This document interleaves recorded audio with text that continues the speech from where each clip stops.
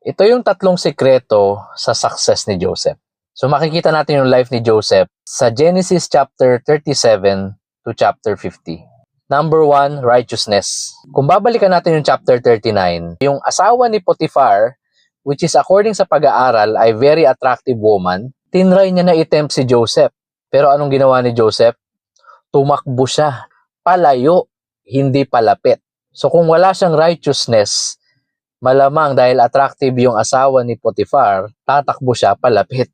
But because he's a righteous man, tumakbo siya palayo sa temptation.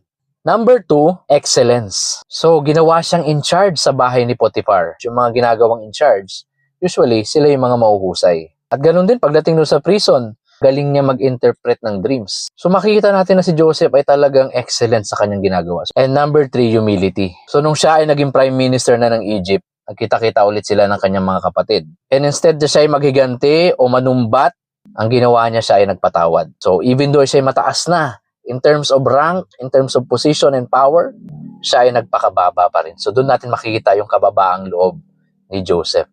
Kaya naman, nakuha niya talaga yung favor ni Lord. Reason kung bakit siya ay naging very successful sa kanyang lifetime. So, marami pa siyang magagandang mga characteristics, pero I believe these are the top 3 na pag in-apply natin, ay makakatulong sa atin para tayo ay magtagumpay din. Follow or subscribe for more. God bless.